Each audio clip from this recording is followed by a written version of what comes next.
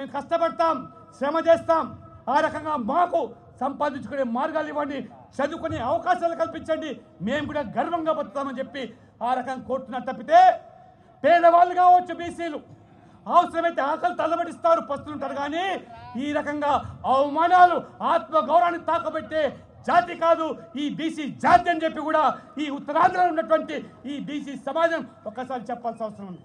రండి, ఇవాళ మత్స్యకారుల సోదరులు మీకు కావాల్సినటువంటి ఇవాళ కేంద్ర ప్రభుత్వం మోదీ ప్రభుత్వం ఒక్కసారి ఆ మత్స్యకారు వేట కోసం వెళ్తే ఆర్థికమైన పరికరాలు ఒక సెల్ ఫోన్ ద్వారా, ఒక స్మార్ట్ ఫోన్ ద్వారా ఎప్పుడు ఉప్పెన వస్తుంది, ఎప్పుడు మీరు వేటకు వెళ్ళాలి, తిరిగి వాపసు రావాలి తెలియజెప్పేటువంటి చిన్నపాటి ఆ యొక్క స్మార్ట్ ఫోన్లో కూడా ఈ మత్స్యకారుల యొక్క ప్రాణాలకు ఏ రకంగా ఇవాళ నరేంద్ర మోడీ గారు కాపాడేదానికి అత్యంత ఆధునికమైనటువంటి ఈ యొక్క పరికరాలు ఇవాళ కల్పించాడో ఇది మత్స్యకారుల పట్ల ఉన్నటువంటి ప్రేమ అనేది నరేంద్ర మోడీ ప్రభుత్వం.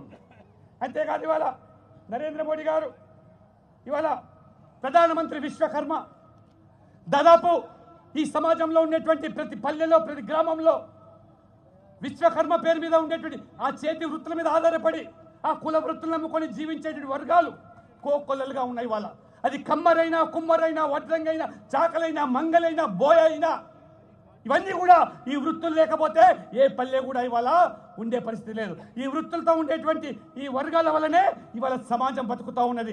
ఈ వృత్తులు చాకలి వాడు లేకపోతే, మంగలి లేకపోతే ఈ సమాజమే నిలిచే ప్రసక్తి లేదు. అటువంటి వృత్తిలో కొనసాగేటువంటి వర్గాలను ఆదుకోవడానికి నరేంద్ర మోడీ గారు ప్రధానమంత్రి విశ్వకర్మ పేరు మీద ఇవాళ 18 రకాల వృత్తులతో ఉండేటువంటి ఈ హస్త కళాకారులకు ఏ రకమైనటువంటి ఒక బృహత్తరమైనటువంటి పథకాన్ని ఇవాళ ప్రవేశపెట్టాడు. ఇవాళ ఉచితంగా వాళ్ళందరూ కూడా శిక్షణ ఆగాల. శిక్షణ పెరిగిన స్టైఫండ్తో పాటు 15,000 రూపాయలు ఒక టూల్ కిట్. ఇవాళ మంగళి వాళ్ళైతే అత్యంత ఆధునికమైనటువంటి ఇవాళ ఇస్త్రీ పెట్టెతో పాటు అందులో మెలికలు, అదే రకంగా రజ్జకులైతే ఇవాళ సామాన్యమైనటువంటి హెయిర్ కట్ కాదు, ప్రస్తుత కాలానుగుణంగా హెయిర్ స్టైల్ హబీబ్ జావీద్ ఏవైతున్నారో వారి ద్వారా తర్ఫీదుని ఇప్పించి ఇవాళ కొన్ని వందల మందికి ఏసీ సలూన్లు పెట్టించడానికి దోహదపడ్డటువంటి మహానుభావుడు నరేంద్ర మోడీ గారు. వాళ్ళు ఒక ప్రధానమంత్రి, 140 కోట్ల జనాభాకున్న ప్రధానమంత్రి ఈ సూక్ష్మమైన విషయాలు ఈ చిన్న జాతుల కోసం ఆలోచన చేస్తున్నాడంటే పేదరికం అంటే అనుభవించిన వ్యక్తి కాబట్టే ఈ రకంగా వారు ఆలోచన చేస్తున్నారు. కాబట్టి ఇవాళ 3 లక్షల రూపాయలు విశ్వకర్మ పేరు మీద నామమాత్రం వడ్డీతో 35 లక్షల కుటుంబాలను ఆదుకోవడానికి ఇవాళ ప్రధానమంత్రి విశ్వకర్మ అనేటువంటి ఒక బృహత్తరమైనటువంటి పథకాన్ని ఇవాళ ప్రవేశపెడితే ఇవాళ అనేక లక్షల మంది, ఇవాళ 50 లక్షల మంది ఈ రోజుకు దరఖాస్తులు పెట్టుకున్నారు. ఇవాళ అంతేకాదు ఈ బీసీ బిడ్డలు ఎంతసేపు ఎందుకు ఉద్యోగాలు ఉపాధికే పరిమితం కావాలి? ఈ బీసీలు సైతం ఎందుకు పారిశ్రామికవేత్తలుగా తయారు కాకూడదు? పారిశ్రామికవేత్తలుగా ఎందుకు తయారు చేయకూడదు?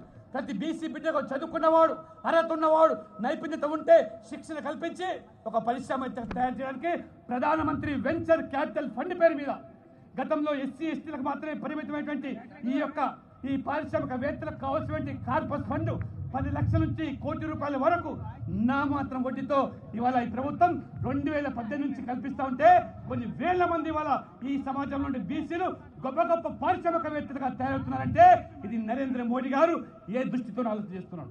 చదువుకున్న ఒక బీసీ బిడ్డ కేవలం ఉద్యోగం ఉపాధికి పరిమితం కావద్దు, 10 మందికి ఉపాధి కల్పించాలి, 10 మంది కూడా ఉద్యోగాలు కల్పించే సంస్థగా మారాలనేటువంటి ఒక దూర ఆలోచనతో ఇవాళ ఒక విజనరీ లీడర్ కాబట్టే అందుకనే నరేంద్ర మోడీ గారు వారు ఆలోచన చేసేది వచ్చే ఎన్నికల గురించి కాదు, రాబో తరం గురించి ఆలోచన చేసేటువంటి వ్యక్తి నరేంద్ర మోడీ కాబట్టే ఇవాళ ఇటువంటి పథకాలు ఇవాళ తీసుకొస్తాడు. ప్రధానమంత్రి స్టాండప్ ఇండియా పేరు మీద ఎస్సీ ఎస్టీ బీసీ మహిళలకు ప్రత్యేకంగా ప్రతి బ్యాంకు విధిగా ఒక ఎస్సీకి ఒక ఎస్టీకి ఒక మహిళకు అప్పులు ఇవ్వాల్సిన అవసరం ఉంది. 10 లక్షల నుంచి ₹1 కోటి వరకు ఆ రకంగా కొన్ని వేల మందిని ఆదుకునే పరిస్థితి. అంతేకాదు ఇవాళ national backward class finance department corporation నుంచి గొర్రెల పెంపకం కోసమైతేనే కానివ్వండి, లేదా ఇవాళ పాల ఉత్పత్తి కోసమైతే కానివ్వండి, దేశవ్యాప్తంగా గర్వపడాలి. ఇవాళ నరేంద్ర మోడీ ప్రభుత్వం వచ్చిన తర్వాత ఈ యొక్క సంస్థ ద్వారా అనేక మంది ఈ రకంగా రుణాలు తీసుకొని ఇవాళ ప్రపంచానికే ఈ గొర్రెలు ఏదైతే మీట్ ఏదైతే ఉందో దీని ద్వారా ప్రపంచానికి 23% మాంసం ఆహారాలు సరఫరా చేస్తున్న ఘనత అది ఇవాళ భారతదేశానికి దక్కిందంటే ఈ వృత్తిలో కొనసాగేటువంటి ఏ పేదవాళ్ళు ఉన్నారో, బలహీన వర్గాలు ఉన్నారో, బడుగు వర్గాలు ఉన్నారో వారికి ఊతమిచ్చే విధంగా ఈ పథకాన్ని చేపట్టడం వల్లనే అది సాధ్యమైన విషయాన్ని మర్చిపోకూడదు.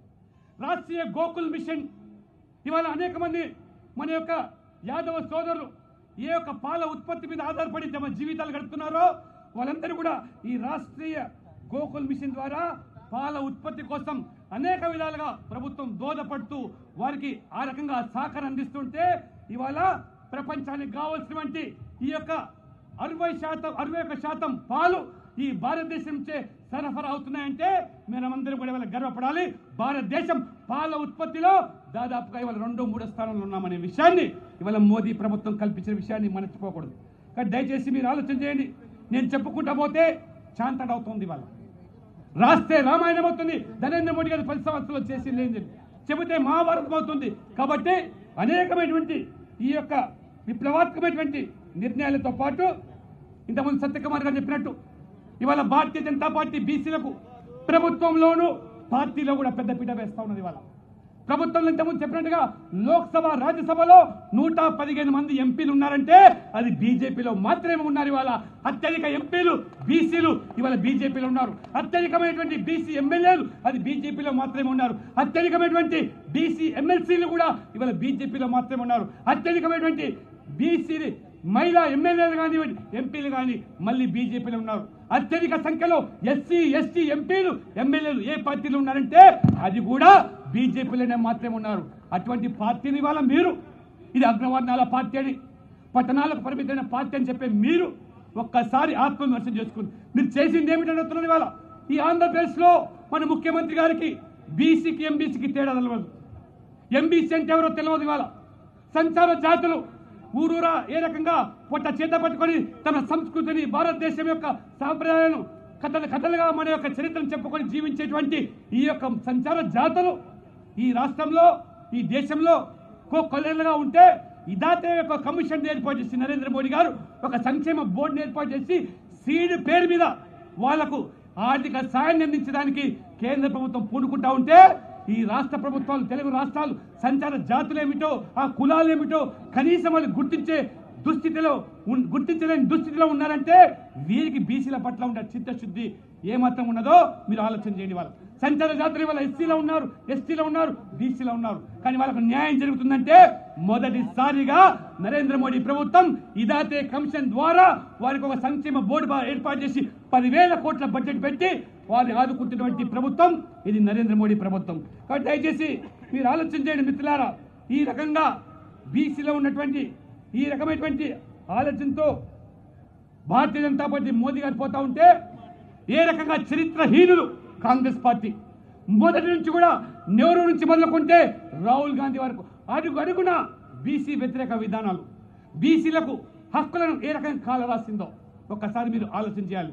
ఈ కుల పెద్దలు మీరు ఇది చరిత్ర, ఇది వాస్తవము, ఇది సత్యము. కాబట్టి రేపు జరగబోయే ఎన్నికల్లో ఈ రాష్ట్రంలో ఖచ్చితంగా రాజకీయ ఎజెండా ఈ యొక్క బీసీ సాధికారిత మాత్రమే ఎజెండాగా మారాలి.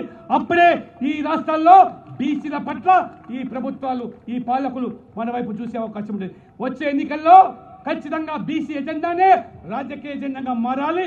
దానికోసమే ఈ సాధికారిక చైతన్య సభ. ఆలోచన చేయండి మిత్రులారా. 1953లో నెహ్రూ గారు ప్రధానమంత్రి ఈ యొక్క బీసీల యొక్క వారికి సంక్షేమం కోసం అభ్యున్నతి కోసం ఒక కమిషన్ ఏర్పాటు చేయాలంటే అంబేద్కర్ గారు ఒత్తిడి చేస్తే చివరికి 53లో కమిషన్ వేస్తే 57లో దాన్ని నివేదిక ఇస్తే ఆ నివేదిక ఆధారంగా మనకు ఆనాడే రిజర్వేషన్లు లేదా వివిధ కార్యక్రమాలు చేపట్టాల్సిన అవసరం ఉంటే ఈ కాంగ్రెస్ పార్టీకి ఈ నెహ్రూ గారికి ఎంత చిత్తశుద్ధి ఉందో బీసీల పట్ల ఆలోచన చేయండి. కనీసం ఆ నివేదికను పార్లమెంట్ లో చర్చ పెట్టకుండా 17 సంవత్సరాలు ప్రధానమంత్రిగా ఉన్నాడు ఈ నెహ్రూ గారు. బుట్ట దాఖలు చేసి ఏనాడు కూడా బీసీల కోసం ఒక కమిషన్ ఏర్పాటు చేశారు. పాపన పోని కాంగ్రెస్ పార్టీ ఇవాళ ఆ యొక్క తల్లి కాంగ్రెస్ అయితే ఇవాళ పిల్ల కాంగ్రెస్ ఇవాళ మనకు ఇవాళ కథలు చెప్తా ఉన్నది. ఇవాళ ఈ జగన్మోహన్ రెడ్డి కాంగ్రెస్ ఇవాళ దయచేసి మీరు ఆలోచన చేయండి. ఇందిరాగాంధీ 16 సంవత్సరాలు ప్రధానమంత్రి ఉన్నారు, రాజీవ్ గాంధీ ప్రధానమంత్రి ఉన్నారు. ఏ ఒక్క కమిషన్ కూడా బీసీల కోసం ఇవ్వలేదు. మండల్ కమిషన్ బీజేపీ మద్దతుతో కొనసాగినటువంటి విపి సింగ్ హయాంలోనే మండల్ కమిషన్ ఏర్పాటు అయ్యింది. ఆ మండల్ కమిషన్ వల్లనే ఇవాళ మనకు 27% ప్రభుత్వ ఉద్యోగాల్లో ఇవాళ విద్యారంగంలో రిజర్వేషన్ ఇచ్చిందంటే అది విపి సింగ్. మరిన్ని వీడియోస్ కోసం ఛానల్ ని సబ్స్క్రైబ్ చేయండి, లేటెస్ట్ అప్డేట్స్ కోసం వాట్సాప్ ఛానల్ ని ఫాలో చేయండి అండ్ లింక్ డిస్క్రిప్షన్ లో ఉంది.